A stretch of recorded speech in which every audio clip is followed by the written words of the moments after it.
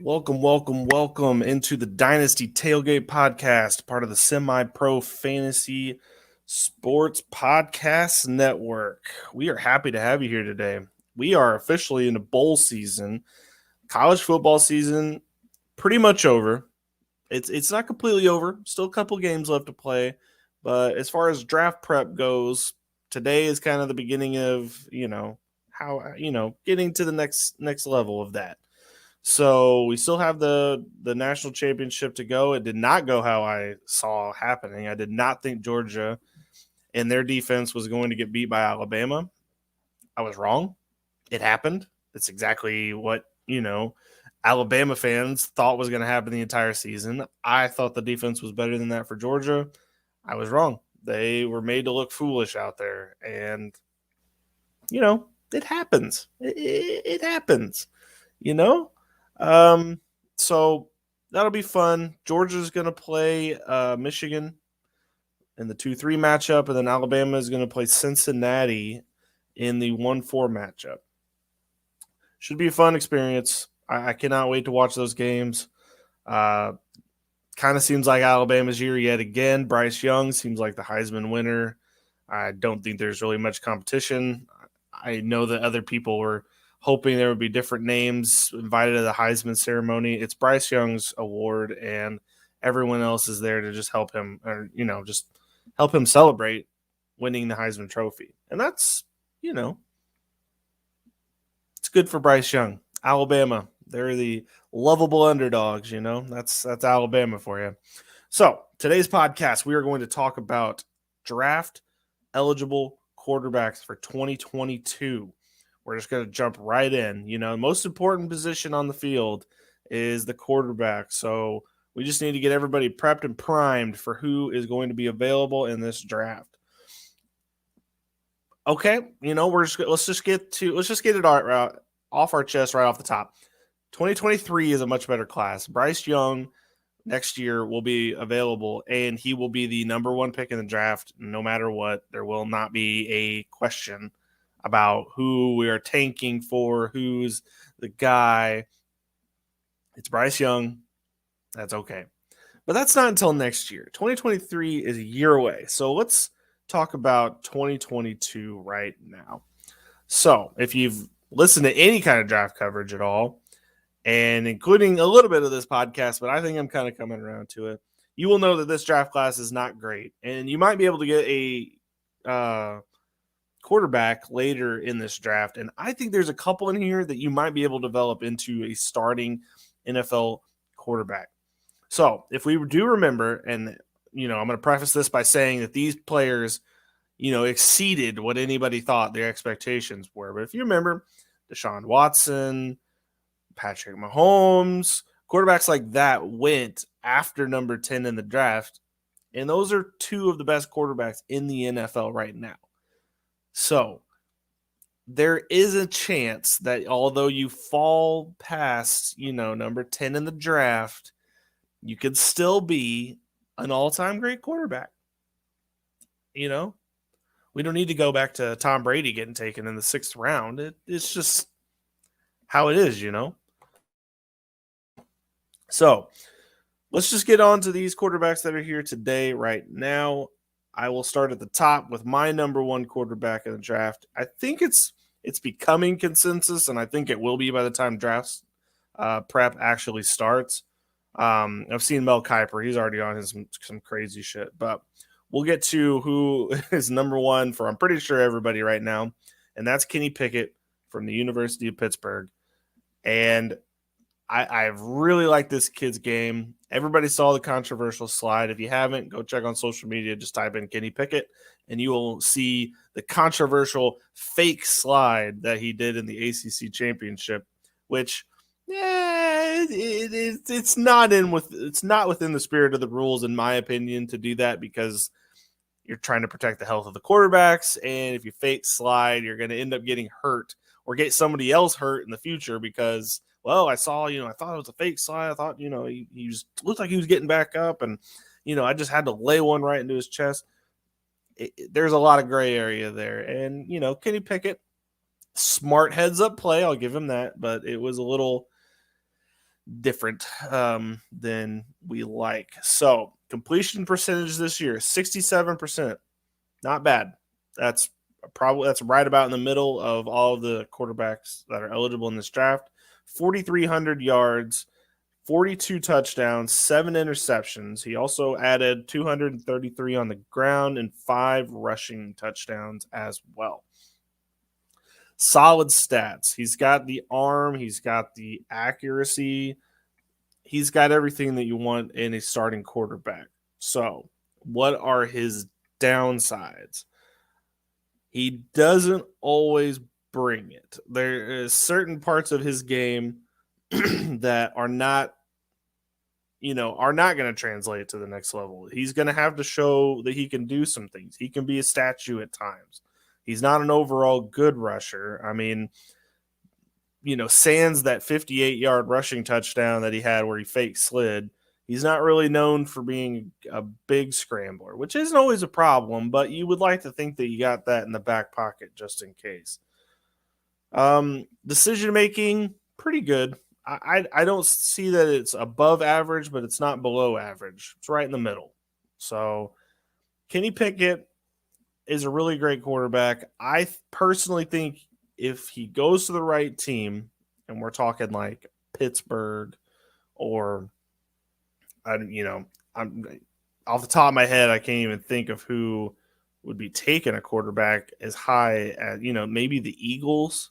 I've seen that the Eagles have been there. Denver has been to a couple of Kenny Pickett games to try to see what he could do. Any of those teams, I could see that working out. I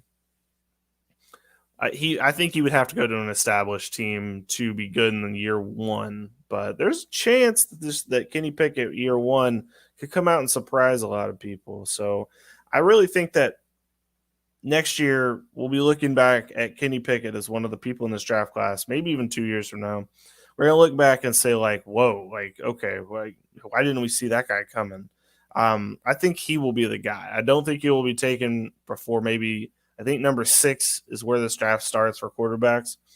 And I don't really see him going until, after 10. And I think the Eagles are very good. There's a good chance that they are the ones that take him. So, Kenny Pickett, very strong. I like Kenny Pickett. He kind of came on. He hasn't had a lot of success in the past.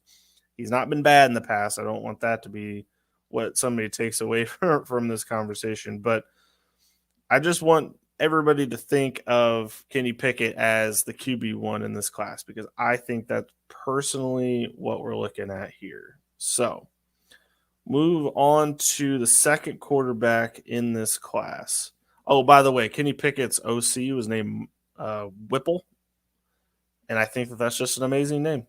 Whipple also went to Nebraska, so I think that there is a chance that Spencer Rattler might go there, and that will be interesting. But we'll get to Spencer Rattler here in a little bit.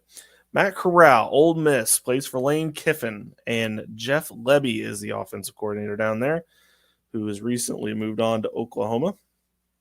Had to get it in there somehow. I'm sorry. Matt Corral, 68% completion, 3,300 yards passing, 20 passing touchdowns, 4 interceptions, 597 yards rushing, 11 rushing touchdowns. Okay, so the touchdowns weren't all the way there. Okay, I could see that. I could see where you would think like, whoa. Why is there only 20 passing touchdowns?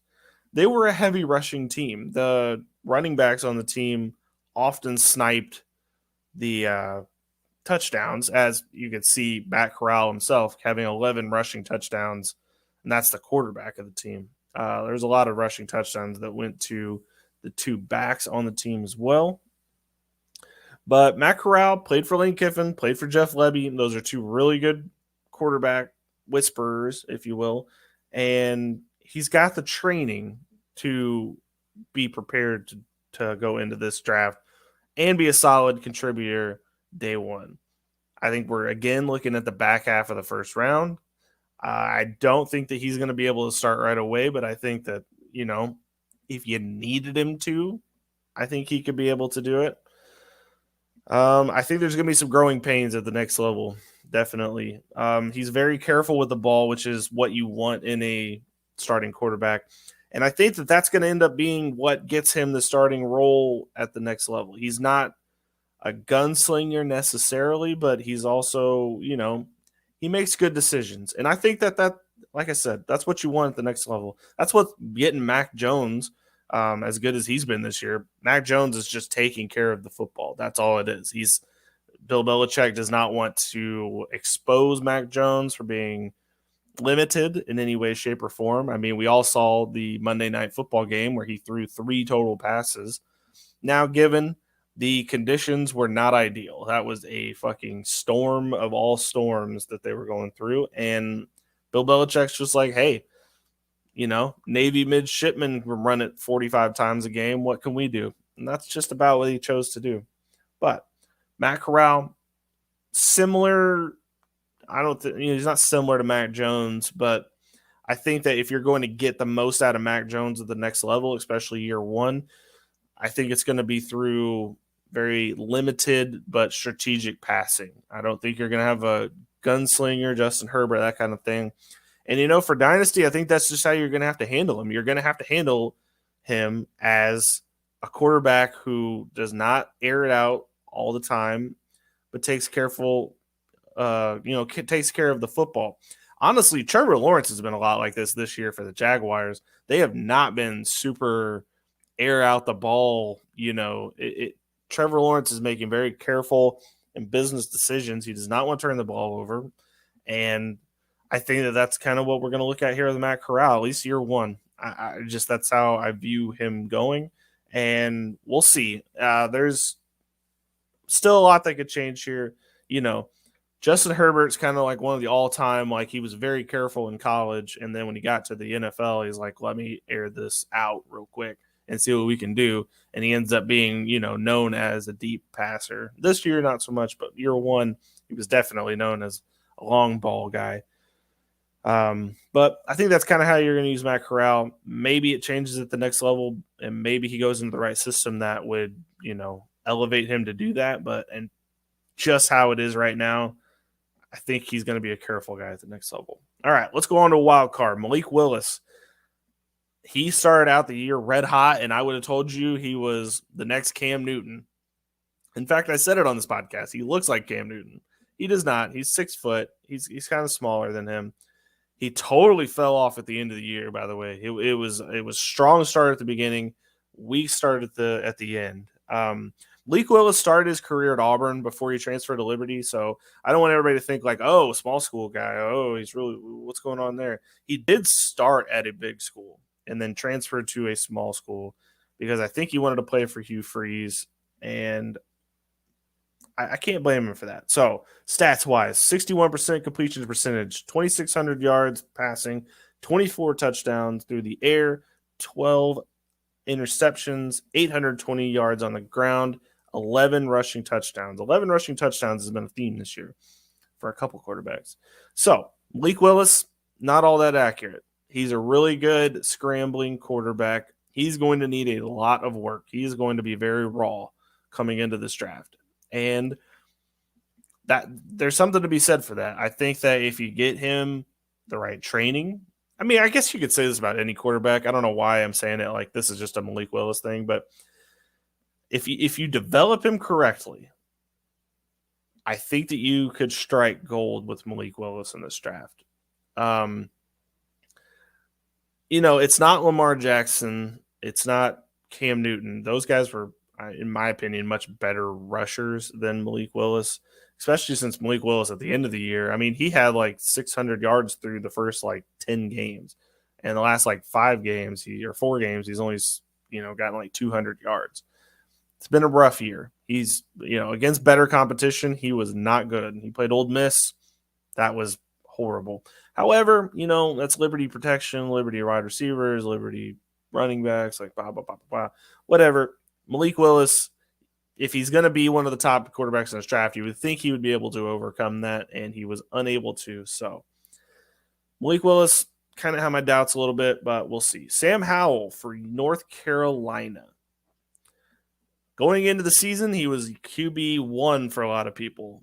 62% completion percentage, 2,800 yards through the air, 23 touchdowns, passing, 9 interceptions, 825 yards rushing, 11 rushing touchdowns. So the rushing has been the most fascinating thing about Sam Howell. He has more rushing yards than Malik Willis.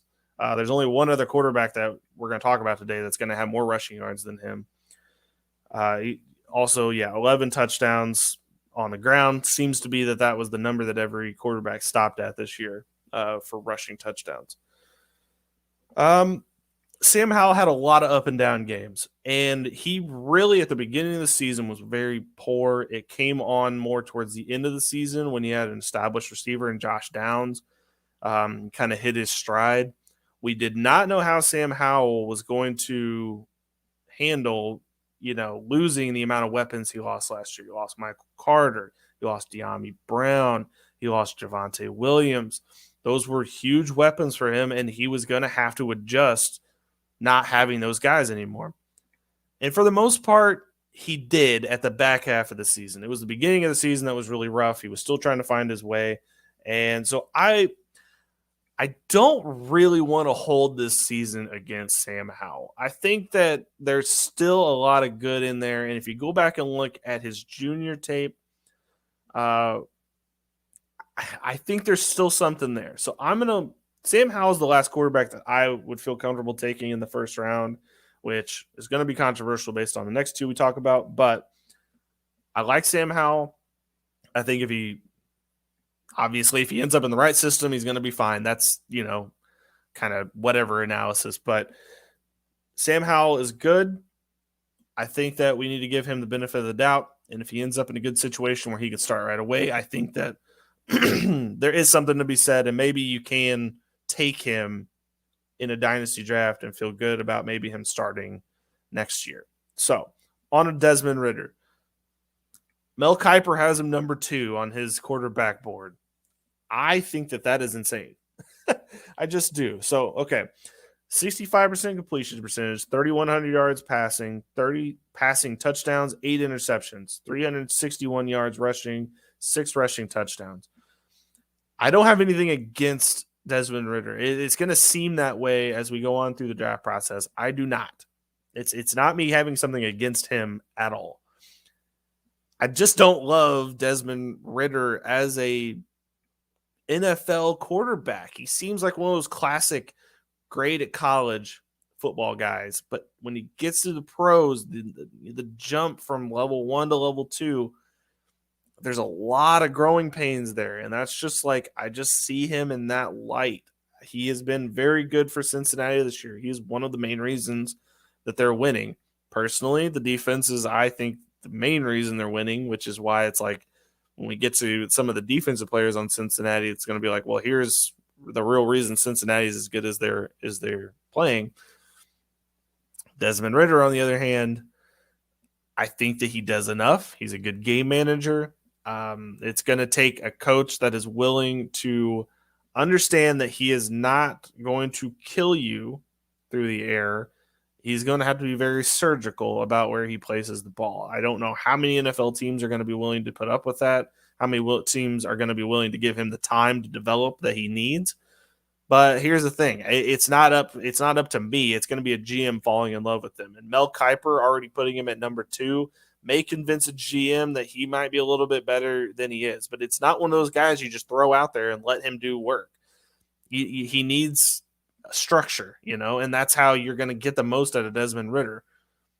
And that's just how it's going to be for Desmond Ridder in the next level. It's just going to be, he's going to need structure. He's going to need a good game plan. He's going to need, he's going to be able to will your team to success. It's not like a Tim Tebow thing. I'm not saying that, but he's going to need a little bit more coaching than some of these other prospects where I think if you could throw them out there, they might be able to figure it out. Desmond Ridder, I don't think, is one of those guys. So next on my list, Carson Strong. He's been very divisive in this draft. A lot of people are saying Carson Strong is going to be a great quarterback. And so let's just go over the stats, because I think the stats will be tell you one thing, but I think that if you watch the games, you're seeing something else. So Carson Strong, 70% completion percentage, 4,100 yards passing, 36 passing touchdowns, 8 interceptions. As far as rushing goes, negative 208 yards and 0 rushing touchdowns. He cannot scramble. He's a statue in the quarterback or in the backfield. He will take. He's going to take a sack. And here's the thing: if you're going to take Carson Strong, you got to know that your O line has to be ready to go. Like Pittsburgh, a disaster for Carson Strong. That would be a disaster. He's a young. Man, this is such a weird thing to say. He's a young Ben Roethlisberger, if you think about it. Ben Roethlisberger, is a big, strong guy, and that's kind of where Carson Strong. That's kind of where he's living at here. And you look at the stats: 70% completion percentage, 4,100 yards passing. That's all good numbers. Like total yards wise, if you don't even add in the rushing. It's good. I like that part. And the fact that he can air it out is good. He's got a cannon of an arm. All that stuff is useful at the next level. It really is. Like, I could definitely see him being able to. But is he Ben Roethlisberger or is he Kyle Trask? Is that what it is? He is playing for Nevada. He doesn't have the weapons that Kyle Trask had. Kyle Trask had Tony, Pitts, some of the guys that are still on the team this year, all good. But I just need to – I'm pumping the brakes. There you go. There I said it. Pumping the brakes on Carson Strong. He's going to have to end up in the right spot. He's going to have to end up in a spot that has a good O-line because that's really the only way that he's going to succeed, and that's just the way it is for Carson Strong. All right, we'll bust through the last couple names here. They're not huge prospects, but they are something to watch. So Western Kentucky's Bailey Zappi, small school guy. He puts up the video game stats: 69% completion percentage, 5,500 yards passing, 56 touchdowns through the air, 11 interceptions, 22 rushing yards, 3 rushing touchdowns. What do you want me to say? 5,500 yards passing and 56 touchdowns in college is bananas. I mean, that's just crazy. But he also playing at Western Kentucky, so you can't always just assume that that's going to lead something to the next level. He's also only has 1 year under his belt, which is just insane to me. The kid looked good, and I think as a wild card, I think he's not going to go until the third round, if that seems even high, to be honest, but he probably would find his way into the third round. But you see those kind of numbers, they pop off the page, when he's on day 3 of the NFL draft and they're like having to put a video package together. You're going to see a lot of high school football looking fields with him throwing long bombs. It's amazing. So Bailey Zappi, we'll keep him in the back pocket. We'll see what he does through the draft process. We'll move on to Malik Cunningham from Louisville. He's kind of the last guy I'm looking at as far as draftable. Not overall, but just as far as who we're paying attention to for maybe our fantasy football drafts. 62% completion percentage, 2,700 yards passing, 18 passing touchdowns, 6 interceptions. That's okay. If I stopped there, you'd be like, well, why the hell is this guy even considered draftable? Rushing yards, 968 rushing yards, 19 rushing touchdowns. There you go. That's what he is useful for. He is a very good rusher out of Louisville. Kind of comes from the Lamar Jackson school of how Louisville runs things. Obviously not as good as Lamar Jackson, but Malik Cunningham, he is a pretty raw individual and will need some time to develop a bit. But there's a chance, he's going to be a day 3 guy, I would assume. Maybe, he might convince somebody to take him up in day 2.